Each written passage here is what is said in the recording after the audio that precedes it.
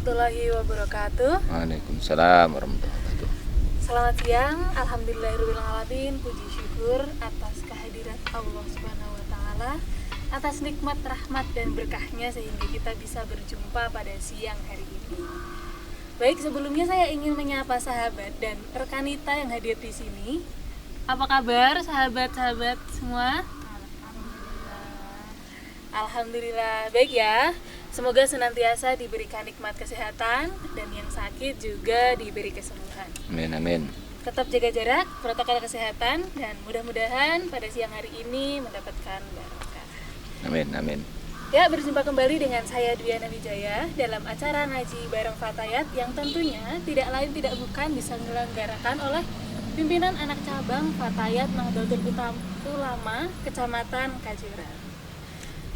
Dan menariknya, bisa dilihat di belakang saya ini sebenarnya ada Gunung Sumbing yang tertutup kabut dan ada lokasi wisata yang paling hits di Kajoran, tepatnya di Kabupaten Magelang, Nepal, Vanjava. Jadi unik ya acara kita ngaji bareng Fatayat pada sesi kali ini.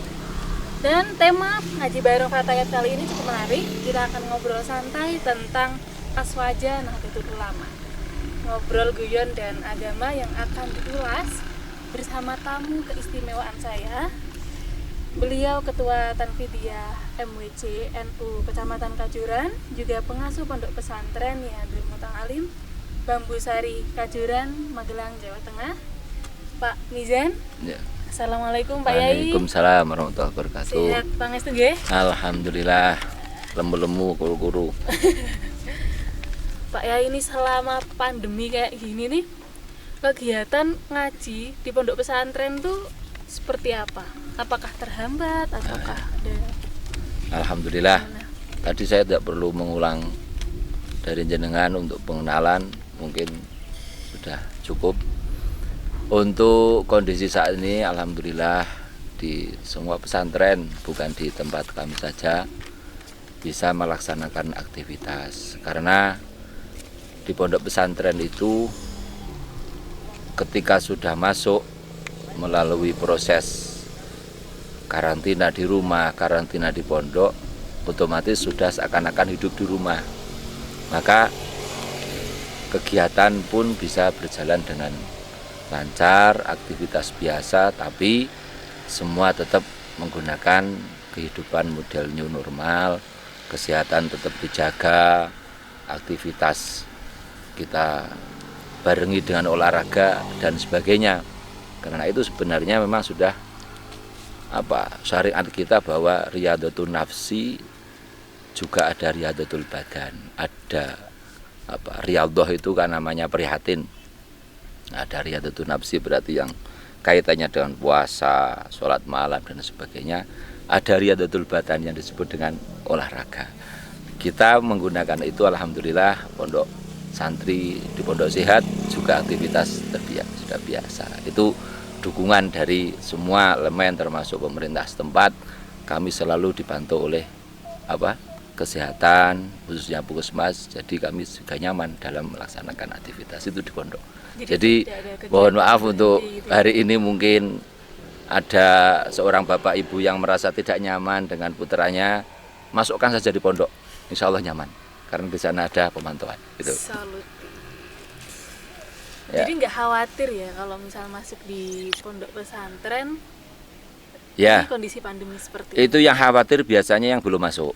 Oke. Kalau sudah masuk di sana melihat kondisi cara hidup sehat ala pesantren, insya Allah. Dan alhamdulillah untuk semua pondok pesantren untuk masa pandemik ini rata-rata santrinya grafiknya naik. Grafiknya naik karena ya itu di rumah jadi boros, terlalu banyak beli paket di kota, terus hanya main-main saja. Maka orang tua sekarang mungkin ya itu berkahnya untuk pondok corona di sini. Ada berkah di balik corona itu majunya pondok pesantren. Ya. Dan santri-santriwatinya juga sehat-sehat semua. Alhamdulillah dan juga sudah siap untuk nikah, Mbak. Oh, alhamdulillah. Guyon cara dulu. Ya. Kalau cari jodoh ini di pondok pesantren aja gitu. Boleh tapi harus mondok. Kalau tidak nyater ya boleh. Oh gitu. Jadi kalau bukan anak pesantren nggak boleh sama orang Ya pondok? kasihan lah, nanti kan biar hidupnya sinkron itu sama-sama pernah merasakan hidup di pesantren. Jadi itu Pak. Ya. Kasih. Kembali ke tema Pak Yai. Ya, Pak. Nabi pernah bersabda kepada para sahabat bahwa setelah aku wafat, Islam akan pecah menjadi 73 golongan.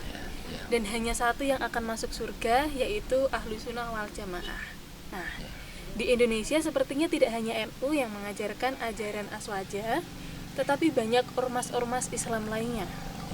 Pertanyaannya Pak Yai, seperti apa ciri khas ajaran aswaja ala NU atau biasa kita dengar dengan ajaran aswaja an-Nahdiyah? Oh ya, masih. Untuk hal ini memang sabda Rasul itu tidak akan pernah tidak terjadi, pasti terjadi. Dan pada saat itu Rasul sudah meredaksi Islam akan terjadi 73 kelompok. Ini memang betul adanya bahwa kemudian yang masuk surga itu hanya satu. Itu bukan berarti yang lain tidak masuk surga. Cuman kelompok surga yang masuknya paling awal satu itu. Yang lain kemungkinan masuk surga ada, juga bisa. Cuman nanti maaf itu tidak tahu berapa ribu tahun, juta tahun harus domisili di neraka dahulu. Nah, tentang aswaja yang di Ahlussunnah wal Jamaah yang di Indonesia ini memang tidak lepas dengan latar belakang berdirinya NU itu sendiri. NU di Indonesia ini, Mbah Hasyim, Mbah Wahabnya, lewat perintah Hadratus Syekh Simbah Yai Khalil Bangkalan untuk mendirikan NU ini, memang karena pada saat itu Ahlussunnah wal Jamaah yang dibawa oleh para wali songo mengambil dari atasan-atasannya sampai Abu Hasan Asy'ari, Al-Maturidi, naiknya kepada para tabi'in, kemudian sahabat. Ini sudah mulai ada pengerongrongan. Jadi mungkin kalau saya menyampaikan hal ini harus agak rodok panjang sedikit, nggak apa ya? Oh, nggak apa-apa. Agak panjang sedikit. Sebenarnya apa itu Ahlussunnah wal Jamaah? Pedomannya tetap satu. Ma'ana alaihi wa ashabi. Apa yang saya lakukan dan dilakukan oleh para sahabat saya. Jadi Ahlussunnah wal Jamaah itu sebenarnya ya apa yang dilakukan Rasulullah itu adalah Ahlussunnah wal Jamaah. Ma'ana alaihi, apa yang saya lakukan, wa ashabi, dan sahabat-sahabat yang saya melakukan. Nah, ketika Rasulullah ini meninggal, maka ditunjuklah untuk meneruskan hal ini kepada sahabat yang namanya Abu Bakar As-Siddiq. Abu Bakar As-Siddiq masih kuat mempertahankan ahli sunnahnya Rasul ini sampai sekitar 2 tahun beliau meninggal, diteruskan oleh sahabat Umar bin Khattab. Cukup lama beliau untuk mempertahankan ini. Kemudian beliau meninggal, setelah ini khalifah namanya Sayyidina Utsman. Pada era Khalifah Utsman ini apa yang saya maksud, pemilihan dalam Khalifah Utsman ini sudah ada demokrasi, di mana ditetapkannya Khalifah Utsman itu dengan melalui pemilihan beberapa sahabat yang menentukan beliau. Nah, setelah beliau meninggal, maka ini masih utuh sampai Khalifah Utsman ini masih utuh. Ahlussunnah wal Jamaah belum ada yang mencoba akan keluar dan sebagainya. Baru sepeninggalannya Sayyidina Utsman ini diteruskan oleh Sayyidina Ali. Disinilah mulai muncul beberapa kelompok yang mulai memperlihatkan sebetulnya dia itu siapa. Ketika Sayyidina Umar masih hidup, Sayyidina Utsman masih hidup, orang-orang yang tidak sepaham, dendam sama Rasulullah, dendam sama Islam, ini masih belum bisa muncul. Nah, ketika Sayyidina Ali yang memimpin, maka ada potensi besar. Dalam hal ini Sayyidina Ali dituntut untuk mencari siapa pembunuh Sayyidina Utsman. Nah disinilah ada kelompok-kelompok orang yang masuk, yang tadi jauh masuk kelompok Ahlus Sunnah, kemudian mulai memperlihatkan siapa jati dirinya. Nah, dalam salah satu orang penting Ahlus Sunnah wal Jamaah, selain beliau Sayyidina Ali yang mempertahankan ini, ada orang yang namanya Abu Musa.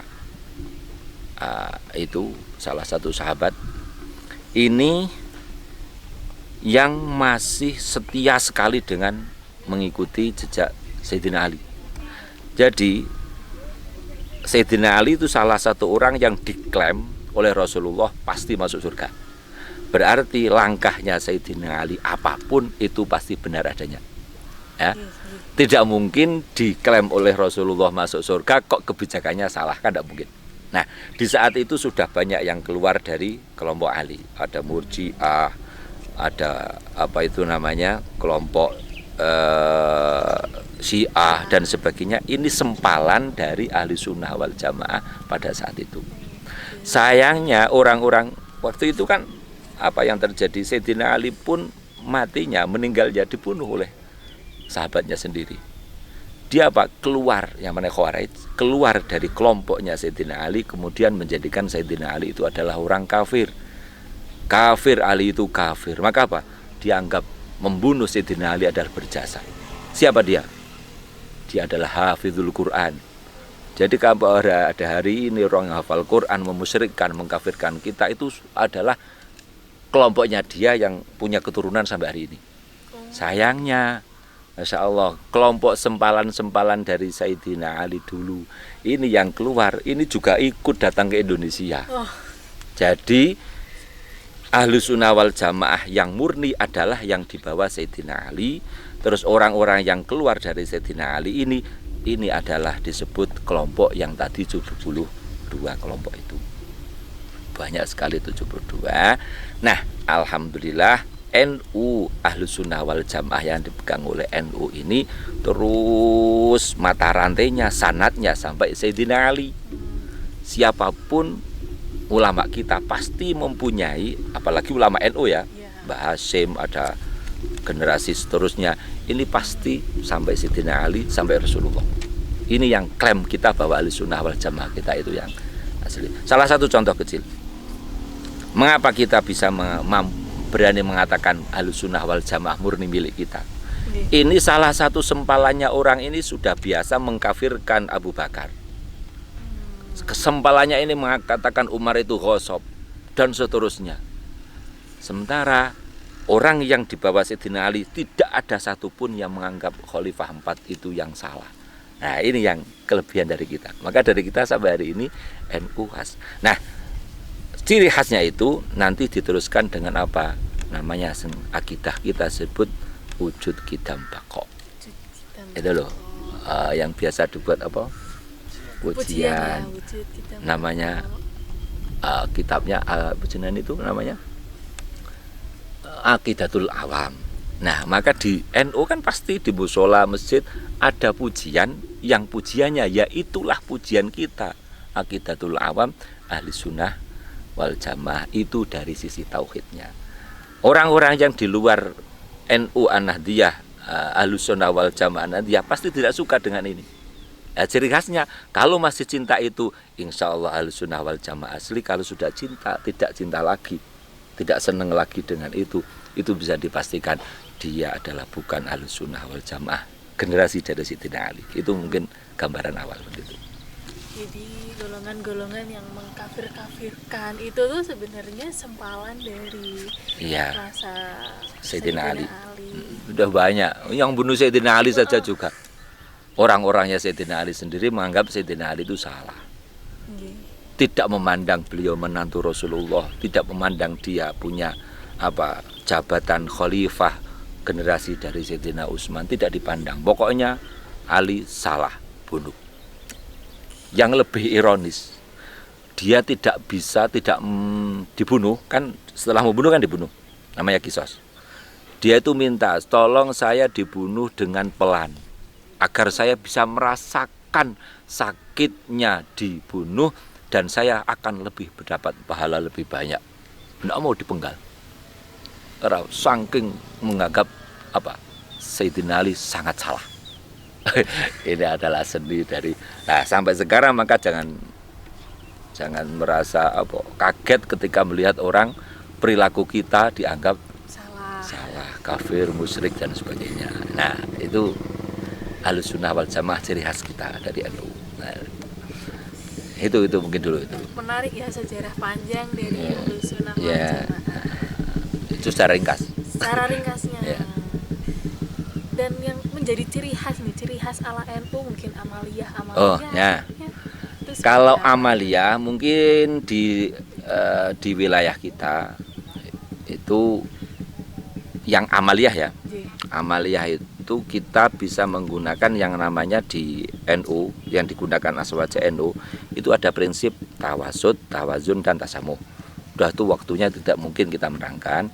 Nah, dari kelompok yang 72 itu kan ada yang namanya Jabariyah, ada namanya Qadariyah, di mana salah satunya ciri khas mereka adalah menjadikan bahwa semua itu kehendak Allah. Tidak ada yang peluang dari manusia untuk melakukan inovasi, untuk melakukan ikhtiar. Semua itu adalah kehendak Allah. Itu Jabariyah. Jadi apa? Walaupun saya misal mukul kamu, tidak apa-apa. Ini Allah memang menghendaki mukul kamu. Kamu tidak bisa menuntut saya. Kan payah ini. Yeah. Nah, terus ada yang terlalu luas, terlalu lepas. Apa? Allah tidak punya peran. Yang punya peran hanya kita. Nah, Ahlussunnah wal Jamaah An-Nahdiyah tidak. Allah anta turid, ana urid, kita berkehendak. Wa anta turid, kamu punya kehendak. Wallahu yaf'alu ma yurid, Allah punya kehendak. Jadi kita diberi wewenang untuk usaha, diberi kesempatan untuk ikhtiar. Saya misal pengen melamar sampean, misal itu saya kehendak ngelamar sampean. Terus sampean punya kehendak, saya bisa menolak. Allah punya kehendak lain, mungkin kita bisa jodoh atau tidak jodoh. Nah, itu adalah Ahlussunnah wal Jamaah.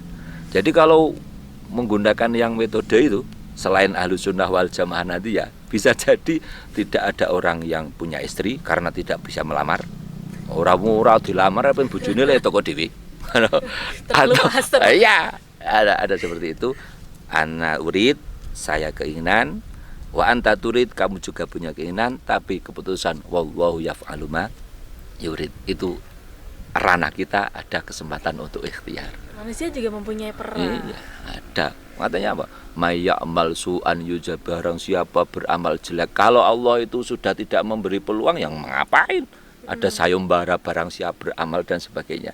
Itu yang kita gunakan di Ahlussunnah wal Jamaah An-Nahdiyah. Yang sampai hari ini, mohon maaf, itu yang dirongrong pada berdirinya NU adalah yang namanya Wahabi Salafi. Itu sudah masuk pada tahun 1920 lebih. Dan itu NU berdiri untuk menyingkirkan itu semua. Walaupun sampai hari ini belum bisa tersingkir, tapi yang penting kita tetap masih eksis.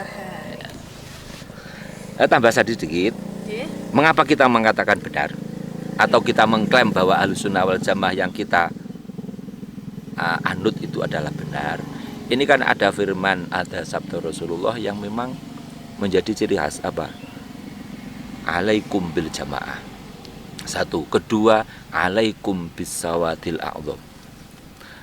Kamu ikutilah kelompok yang besar. Kelompok yang besar. Nah, hari ini pada waktu Sayyidina Ali, ini kelompok besar ya Sayyidina Ali. Sempalan-sempalan Murji'ah itu rute wow. Itu adalah kan kelompok kecil. Maka Rasulullah sudah memprediksi akan terjadi seperti itu. Langsung beliau memberi pesan, alaikum bisawadil a'dham, ikutilah kelompok yang paling besar. Nah, sampai hari ini survei menunjukkan bahwa Ahlussunnah wal Jamaah itu ternyata bukan terbesar di Indonesia saja, tapi di seluruh dunia. Ini ternyata penganut tertinggi Ahlussunnah wal Jamaah. Ini klaimnya kita itu insya Allah sesuai dengan sabda Rasulullah, alaikum bisawadil a'dham. Maka jangan sampai fatayat kok merasa ndak yo bener ora yo milu Fatayat ki yo, ndak yo bener ora yo Ahlussunnah wal Jamaah NU.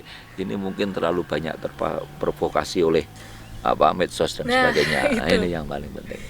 Yang saya garis bawahi itu ikutilah kelompok besar. Melihat kondisi sekarang ini Pak Yai, kan banyak nih kelompok besar. Apakah setiap kelompok besar yang sekarang tuh terlihat eksis di media itu pasti benar? Nah, gimana kita menyaringnya? Nah, ini adalah tantangan yang ini pertanyaan bagus ini. Kita itu NU dan seluruh Banom maksudnya. Ini memang bisa berjamaah, tapi belum bisa berjamiyah. Akhirnya walaupun itu banyak, kelihatannya kecil. Karena tidak pernah bukan tidak pernah, karena jarang sekali yang mau baris. Kalau disuruh kamu tidak usah NU ya, tidak mau. Tapi kalau berorganisasi tidak mau. NU-nya tetap, Ahlussunnah wal Jamaah tetap, tapi untuk berbaris melalui jamiyah, entah itu di Fayat yang muda-muda di Fatayat, atau yang kalangan lebih muda belajar di Ibnu IPB, yang muda-muda laki-laki seperti di Ansor, Bangser, yang tua di NU dan sebagainya. Ini kan sedikit. Jadi walaupun banyak, karena tidak pernah baris mendejatuh, akhirnya kelihatan sedikit. Satu, kedua, kita memang ada kelemahan. Apa kelemahan kita? Maaf, itu yang bisa shooting seperti ini, yang bisa main medsos itu juga kurang banyak, sehingga medsos dikuasai oleh minhum, seakan-akan yang besar itu mereka, padahal yang besar hanya tulisannya dan HP-nya, hanya medsosnya. Kalau orangnya tetap banyak NU. Mbok cekelane misal itu apalah, Masya Allah, pegangannya dia itu pegangan tentang Wahabi atau dan sebagainya, tapi takoni sampean NU ora, yo NU. Artinya tetap yang banyak itu NU, yang kurang dari NU adalah untuk berjamiyahnya. Kalau jamaahnya oke, artinya tidak mau keluar dari NU. Jamaah NU, tapi untuk dijamiyahkan, untuk berorganisasi, ini yang kurang. Maka saya harap, bukan saya harap, saya berdoa dan memohon kepada semua nanti kader-kader Fatayat, walaupun ada sebagian yang belum masuk di jaringan kita, untuk diupyak-upyak lah, diuprak-uprak, dijak dan sebagainya, supaya ikut berorganisasi. Karena kekuatan kita ada di organisasi, bukan di jamaahnya. Gitu. Jadi sebenarnya banyak NU yang tidak memperlihatkan NU-nya. Tidak mau dikeluarkan dari NU, tapi disuruh hidup bersama NU, tidak mau. Yuk piye yo? Saya juga pikir, saya pernah bertemu maling itu, maling pencuri ya. Itu saya tanya, sampean maling? Iya Pak. Kalau marung enggak boleh NU, ya enggak, tetap walaupun saya maling harus tetap NU. Oke. Artinya apa? Dia itu merasa butuh dengan NU, tapi untuk apa? Berbaris dengan NU itu, ya memang kita harus jujur kok. Maling itu juga ada, karena itu manusia memang ya ada, harus lengkap. Ya, bukan maling yang kemudian terus nanti kan setelah menjadi maling selesai kan namanya tobat. Nah, sebaik-baiknya orang adalah yang mau tobat. Semoga maling-maling itu boleh tobat ya. Amin. Nah, Pak Yai, di Indonesia Nahdlatul Ulama merupakan ormas Islam yang luar biasa banyak. Seperti yang tadi disampaikan Pak Yai. Nah, begitu dahsyat dan menonjol dalam syiar Islam maupun cinta tanah air. Secara singkat bisa disampaikan Pak, latar belakang dan tujuan dibentuknya NU sendiri. Oh ya, ini kok menarik loh. Teman kok bisa buat pertanyaan bagus itu dari mana itu? Dari teman-teman. Nah, betul Mbak. Jadi ada hal yang mungkin terlupakan, atau karena tidak mau kumul kemudian tidak tahu.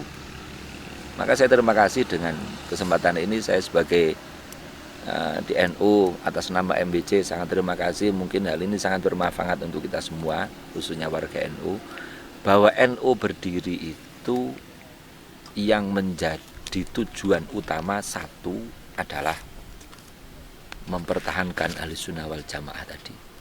ini adalah perintah Rasulullah untuk membuat kelompok yang disebut Sawadil A'dham. Bagaimana akan terbentuk sebuah kelompok besar, jumlahnya banyak kalau tidak ada wadahnya. Maka wadah Sawadil A'dham kemudian dibuat NU itu isyarah atau mengimplementasi dari dawuhnya Rasul tadi, alaikum bisawadil a'dham, ini perintah. Maka NU berdiri ini untuk mempertahankan apa yang menjadi kecintaan Rasulullah, yaitu Ahlussunnah wal Jamaah itu. Itu satu. Yang kedua adalah untuk membuat atau ikhtiar agar Indonesia itu merdeka. Dan ini alhamdulillah memang benar-benar nyata loh, Mbak. Coba, Indonesia dikenal dijajah dengan waktu yang cukup lama, 350 tahun. Apakah dalam 300 tahun yang lewat itu tidak ada pejuang-pejuang?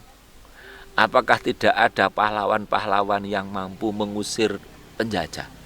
Pertanyaan besar, 300 tahun itu bukan waktu yang singkat, sangat lama. Kok belum merdeka ya? Ada apa di situ? Maka NU hadir untuk andil dalam ikhtiar menjadikan Indonesia itu merdeka. Kenyataannya apa? Dalam waktu yang dibandingkan 300 tahun disebut sangat singkat. 1926 berdiri NU, 1945. Berapa tahun ini?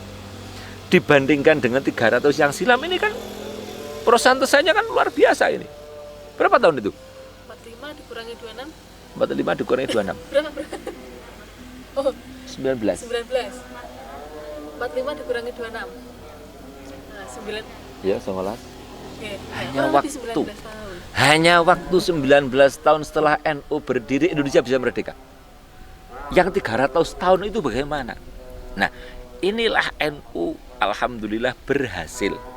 Dalam usahanya berdiri NU, ada dari organisasi tetangga kita kan lebih awal. Ternyata bisa belum mampu untuk menjadikan warga Indonesia itu bersatu padu, kompak, sayek saekopoyo untuk memperjuangkan kemerdekaan. Kat dulu ya, ada.